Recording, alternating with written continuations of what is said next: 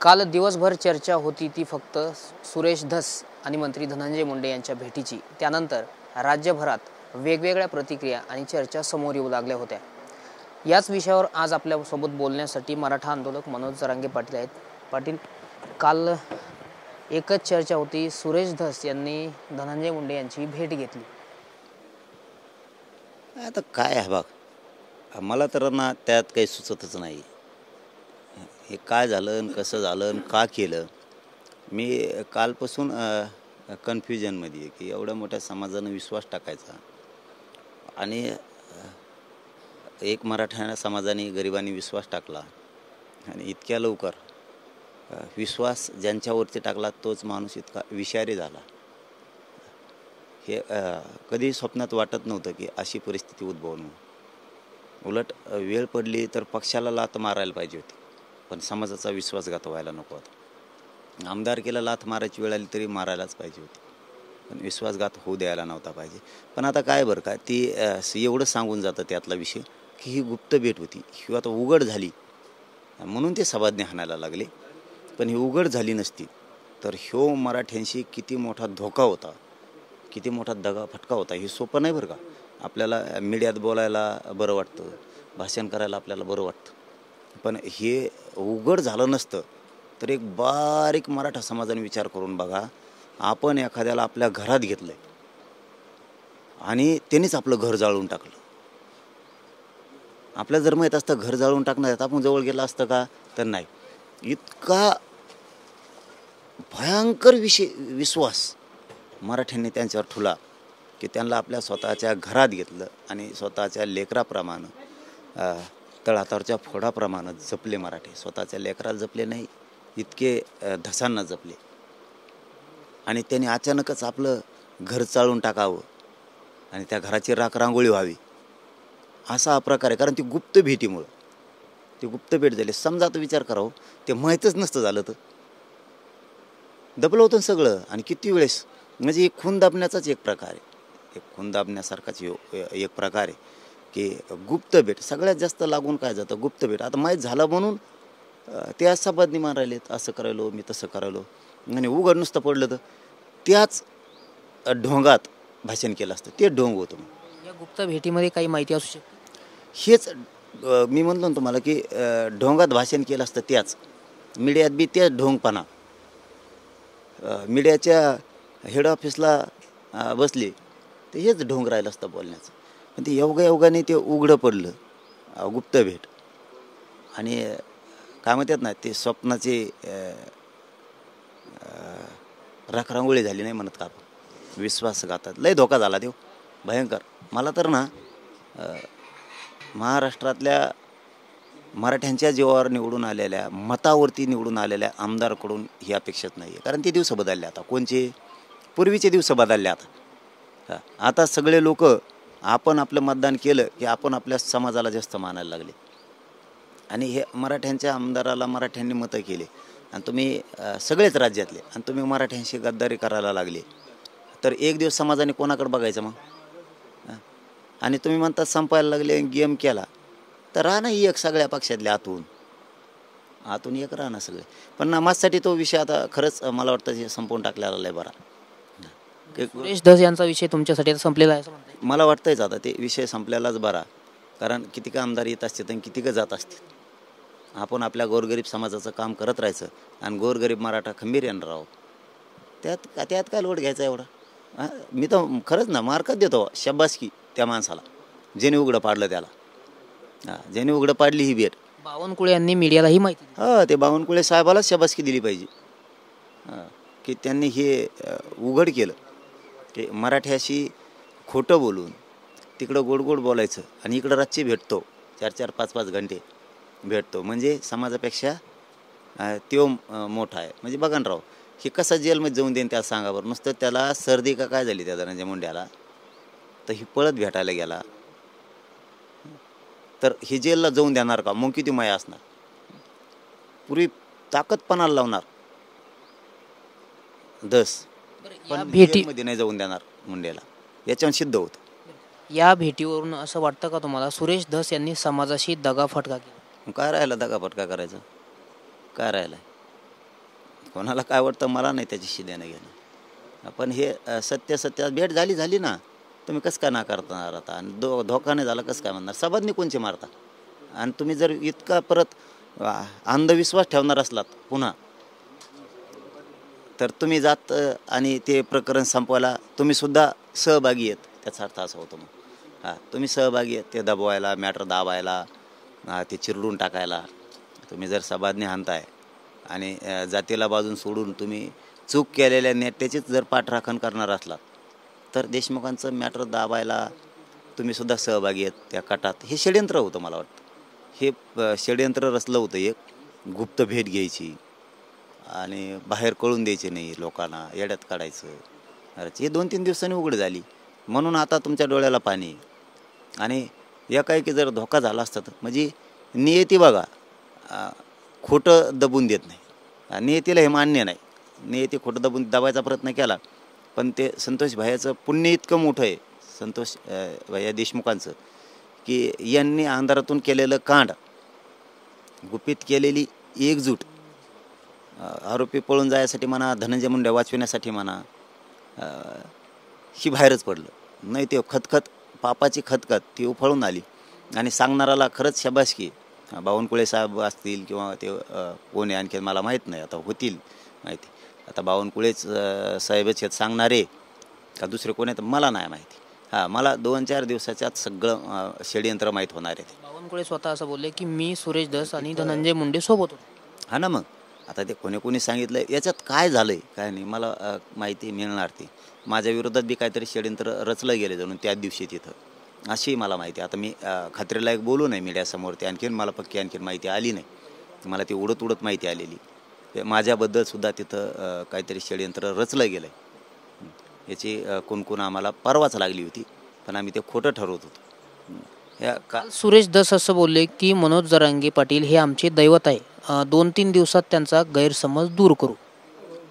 आणि आता काय गैरसमज दूर करायला? भेट झाली का नाही? तर झाली. मग इतक्या मोठ्या क्रूर माणसाला भेटणं काय काय काय क्लिअर होणार आहे सांगून द्या. तुम्हीच सांगा मला, काय क्लिअर होणार आहे? धसांना भेटले का नाही? तर याचं उत्तर हा. इतक्या क्रूर माणसाला पण भेटायचं? तुम्हीच याला काय काय बोललात आणि आम्ही त्याला साथ दिली ना, तुम्हाला त्याला बोलल्यामुळं पूर्ण साथ दिली ताकदीनं. आणि आज एवढं षडयंत्र रचून विश्वासघात करायचा धसांना शोभतं काय? शोभतं का? जर तुम्हाला सांगितलं ना मगात मी, एखाद्याने तुम्हाला घरात घ्यावं विश्वासानं आणि तुम्ही ते घर जाळून जायचं, आणि आम्हाला भीती कोणाची होती? दुसऱ्या शत्रूची, की ते घर जाळणार आहे म्हणून आम्ही तुम्हाला घरात घेतलं, म्हणजे गोरगरीब मराठ्यांनी, आणि तुम्हीच जळून गेले. ते तर जाळायला नाही आले. हे गुप्त भेटीमुळं गुप्त काय षडयंत्र शिजले. मागचं कारवाईचं प्रकरणसुद्धा यालाच धरून येते. हे आता 4-5 दिवसात खूप काही गोष्टी उघड्या पडणार आहेत. माझ्यावरती काहीतरी षडयंत्र रचलं गेलं आहे बरेचसे. काही लोक फोडलेत, बरेच जणांनी फोडलेत. धसांनीसुद्धा काही लोक फोडलेत. गेवराई बीडचे, आमच्या जवळचे बरेचसे असे बरेच कांड सुरू झाले जणू. म्हणजे आता तुमच्या विरोधात सुद्धा षडयंत्र रचायला सुरुवात झाली. यामध्ये धस यांचा हात काय असू शकतो का? कारण तुमचीच माणसं फोडले म्हणतात. माहिती मिळेल ना. आता मला एक 5-7 दिवसात जास्तीत जास्त सगळी माहिती आहे. तशी तर सोमवारी संध्याकाळपर्यंतच येईल फायनल सगळी माहिती. उद्या येईल काही, परवा येईल काही. माझ्यावर सुद्धा षडयंत्र टाकलं गरिबाचं काम करून. मी नेमोजीत जाय तिकडं सरकारन फिरकारन, आणि किती टाक म्हणा त्या मुख्यमंत्र्याला षडयंत्र. मी नेमोजीत. आष्टीमध्ये आता काही दिवसापूर्वी कार्यक्रम झाला होता. मुख्यमंत्री आले होते त्यावेळेस. सुरेश धस हे सुद्धा तिथे होते. सुरेश धसांनी तो कार्यक्रम आयोजित केला होता. त्या दिवशी हे या संदर्भात काही घडलं असावं, नेमकी काय शंका तुम्हाला? नाही, त्या दिवशी नसेल घडलं.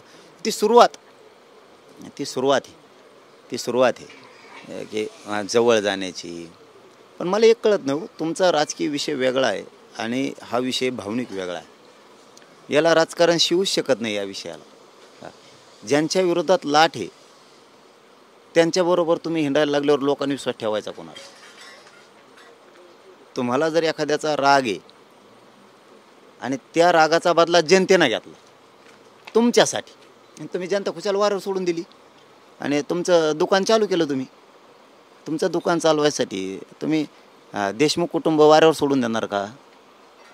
पण आहेत आम्ही असे आमदार येत असतील जात असतील किती आम्ही आहेत ना.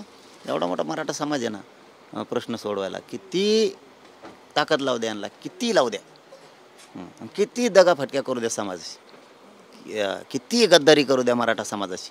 मराठा समाज एक दिवस नीटच करणार आहे. कारण आम्हाला बी आता संयम तरी आम्ही किती दिवस धरायचा. एक दिवस आमचं बी आता संयम सुटणारच.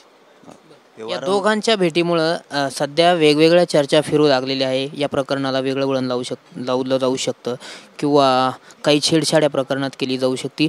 जर तसं काही झालं तर याला सुरेश धस जबाबदार असू शकतात का? काय वाटतं? समाजाने सगळा विश्वास त्यांच्यावर ठेवलेला आहे. सगळे जबाबदारी धसांनाचीच असणार. टोटल. अहो एक साधा प्रश्न, हो तुम्हाला इतकी माया आली तर नुसतं त्याला सर्दी झाली म्हणून तुम्ही इतके पळत गेलात की 4 घंटे काय मुके घेत होते का त्याची?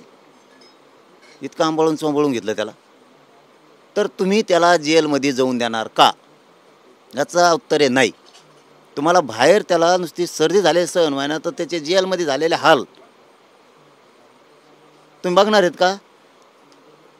धसांना तर नाही बघणार. याचा अर्थ असा आहे तुम्ही जाऊच देणार नाहीत. ज्या अर्थी बावनकुळे साहेब म्हणतात की तुम्ही हे मिटून घ्या, याचा अर्थ धनंजय मुंडे 302 म्हणजे 100%, 100%. आणि तो जर मध्ये नाही आला ते धसांनामुळं नाही आला असं समजायचं. मुंडे सोबत झालेली भेट हे माझ्या विरोधात षडयंत्र आहे असं सुरेश धस म्हणतायत. या त्याच्या यायला मी तेच म्हणतोय ना. मग म्हणजे ही बातमी कोणी लीक केली आणि का लीक केली याचा आता शोध मला घ्यावा लागेल असं सुरेश धस म्हणतात. अरे बाबा, याला काय बदनाम करायचं षडयंत्र म्हणतात का? याला षडयंत्र म्हणतात का? कुणी बळच आरोप करायला लागल्यावर त्याला षडयंत्र म्हणत असतात. बळच केला का कुणी आरोप? तुम्ही सांगता की मी गेलतो, याला षडयंत्र कसं काय म्हणता येईल बदनामीचं? आता बोधकमने समाज म्हणला, आत पोज या समाजाने कोणत्याच राजकीय पक्षाला महाराष्ट्रात म्हणतो आम्ही इतकं डोक्यावर नाही घेतलं. एकनाथ शिंदे साहेबांनी मराठा समाजाचे आंदोलनाच्या काळात नोंदी शोध हे कर ते कर काम केलं. त्यांना इतकं डोक्यावर नाही घेतलं मराठ्यांनी. तसं शिंदे साहेबांनी आम्हाला काय फुकट नाही दिलं, आम्हाला आंदोलनच करावी लागली. पण त्यांनी जी तत्परता दाखवली, ताबडतोब काम करणं. शंभूराजे देसाई साहेब त्यावेळेस काम करायचे तातडीनं, उदय सामंत साहेब तातडीनं काम करायचे. त्यावेळेस ते सगळी टीमच यायची आणि समाजाचं काम करू लागायचे, मनं जिंकायचे. त्याच्यात बरेच होते ना, बरेच मंत्री होते त्याच्यात, नुसते हे 2च आणि आणखीन भरपूर यायचे ना. सगळेजण यायचे त्यांचे आणि काम करायचे. त्यांचे BJPचे आमदारसुद्धा यायचे, या फडणवीस साहेबांचे. इतकं मन नाही जिंकलं, इतकं मन लोकांनी इतकं डोक्यावर कधीच घेतलं नाही, इतकं धसांना डोक्यावर घेतलं होतं. मग मला सांगा, इतक्या लवकर मान पेरगळून टाकीत असतात का त्या समाजाची? इतक्या लवकर हातपाय तोडतात का समाजाचे? इतक्या लवकर उपकार फेडतात का? 4-2 वर्षे गेल्यावर तरी ठीक आहे, उपकार फेडले.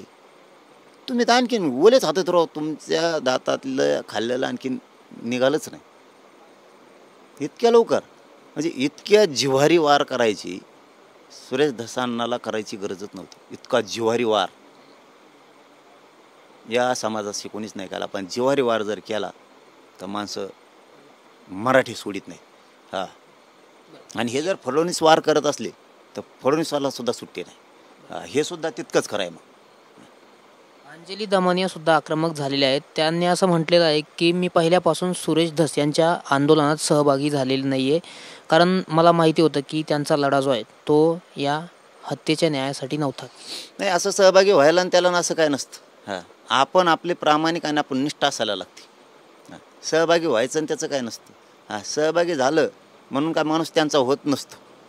आपण आपल्या समाजाची एकनिष्ठा, जनतेची एकनिष्ठा दाखवायला लागते. उगाच लांबूनच कारणं जोडून नसतं चालत. आता घडलं म्हणून तसं बोलायचं. आता आम्ही असं घडलं तर हाय तेच बोलायलोत ना, आम्ही काय त्यांच्याकडून बोलायलोत का? तसं सोबत काम करतात लोक, त्यांच्यासोबत काम पण करायचं. चुकला की सोडायचं पण. ही माणसाची नियत असली पाहिजे आणि आपण गोरगरीब मराठ्यांच्याच बाजूने असलं पाहिजे, गोरगरीब जनतेच्या बाजूने आपण असलं पाहिजे. मी काम करताना आलेत ना सगळे, चला यावं द्या, मान सन्मानानं घ्या, चुकले की सोडायचं नाही. पण धसांकडून ही न अपेक्षा असणारी झालेलं आहे. म्हणजे वाटतच नव्हतं इतकं काळीज यांचं उलटं आहे म्हणून, आणि हे नेमकं माझ्या समाजावरच उलटत येईल हे स्वप्नातही वाटलं नव्हतं. कारण ही गुप्त भेट घेणं म्हणजे एक प्रकारचं संतोष भैया देशमुखांचं मॅटर दाबणं म्हणतात. आता काय शिजलं तुम्ही राजकीय स्वार्थासाठी दुसऱ्यांदा संतोष भैया देशमुखांचा बळी देऊ नका. दुसऱ्यांदा म्हणजे त्याचा अर्थ असा आहे त्यांचा तर गेला, पण जे ह्याच्यात जाणार आहेत यांना वाचवणं आणि पुन्हा एकदा संतोष भैयाला न्याय मिळणार हे ह्या अपेक्षित जो समाज आहे ना, अपेक्षा भंग होणं म्हणजे संतोष भैयाचा दुसऱ्यांदा बळी देणं, दुसऱ्यांदा जीव घेणं हे धसांनी करू नये. सुरेश धस आणि धनंजय मुंडे एकत्र आले तरी आम्हाला काही फरक पडणार नाही, आम्ही देशमुख कुटुंबियांच्या पाठीशी आहोत असं मस्साजोगचे ग्रामस्थ म्हणतात. आता त्यांचं म्हणणं काय मी नाही ऐकलं. कोणाचं वेगळं वेगळं म्हणणं आहे का सगळ्यांचं एकच म्हणणं आहे मला माहीत. पण संतोष भैया देशमुख यांच्या न्यायासाठी राजकीय मतभेद सोडून, एखाद्या राजकीय आमदारांची नेत्याची माया सोडून ते गाव फक्त आणि फक्त संतोष भैयाच्या न्यायासाठीच लढलं पाहिजे, लढणार सुद्धा आहे असं मला वाटतं. या संदर्भात तुम्हाला काय वाटतं, येतील हे एकत्र दोघं कालच्या भेटीवर? येतील का? आलेत. येतील का? आलेत. आले ते याचं काय राहिलंय? त्याचं तोंड आयुष्यात माणूस बघू शकत नाही. त्याला भेटून आले, गप्पा मारल्या, त्याचा अर्थ भयंकर आहे, अति बेकार आहे. त्याचा अर्थ लय अवघड आहे. मी म्हणतो धस अण्णांकडून या समाजाला अपेक्षाच नाही आहेत आणि नव्हत्या. आपण इतका विश्वासघात समाजाशी होईल हे नाही वाटलं स्वप्नात कधी, शपथ सांगतो. शेवटचा प्रश्न आहे शेतकऱ्यासंदर्भात आहे. कृषी मंत्री माणिकराव कोकाटे असं बोलले की 1 रुपया भिकारी पण घेत नाही हल्लीच्या काळात, मात्र आम्ही शेतकऱ्यांना 1 रुपयात पीक विमा दिला, म्हणजे भिकाऱ्याची उपमा दिल्याची त्यांनी शेतकऱ्यांबद्दल वादग्रस्त विधान केलं. शेवटी काय आहे हे तुम्हाला जाण असली पाहिजे मतदाराची आणि जनतेची. आपण काय बोलावं काय नाही बोलावं थोडंसं त्यांनी, ते मंत्री आहेत ते काय सामान्य जनता नाही आहेत. आज मंत्री आहेत, संविधानाच्या पदावर आहेत. ते काय कोकाटे साहेब काय सामान्य माणूस नाही म्हणजे काही बोलला तरी चालत. त्यांनी तोंड सांभाळूनच बोललं पाहिजे, नसता मग त्या अंगावरती जनता जाईल. आणि त्यांनी ती दिलगिरी व्यक्त केली पाहिजे. समाजाबद्दल आणि शेतकऱ्यांबद्दल चुकीचं त्यांच्याकडून शब्द गेला आहे, त्याच्याबद्दल त्यांनी ती दिलगिरी 100% शेतकऱ्यांची व्यक्त केलीच पाहिजे. तर नक्कीच हे होते मराठा आंदोलक मनोज जरांगे पाटील. वेगवेगळ्या विषयावर त्यांनी आपली प्रतिक्रिया यावेळी बोलून दाखवलेली आहे. कॅमेरा पर्सन अमित आडेसोबत मी रामनाथ ढाकणे, TV9 मराठी, आंतरवाली, जालना.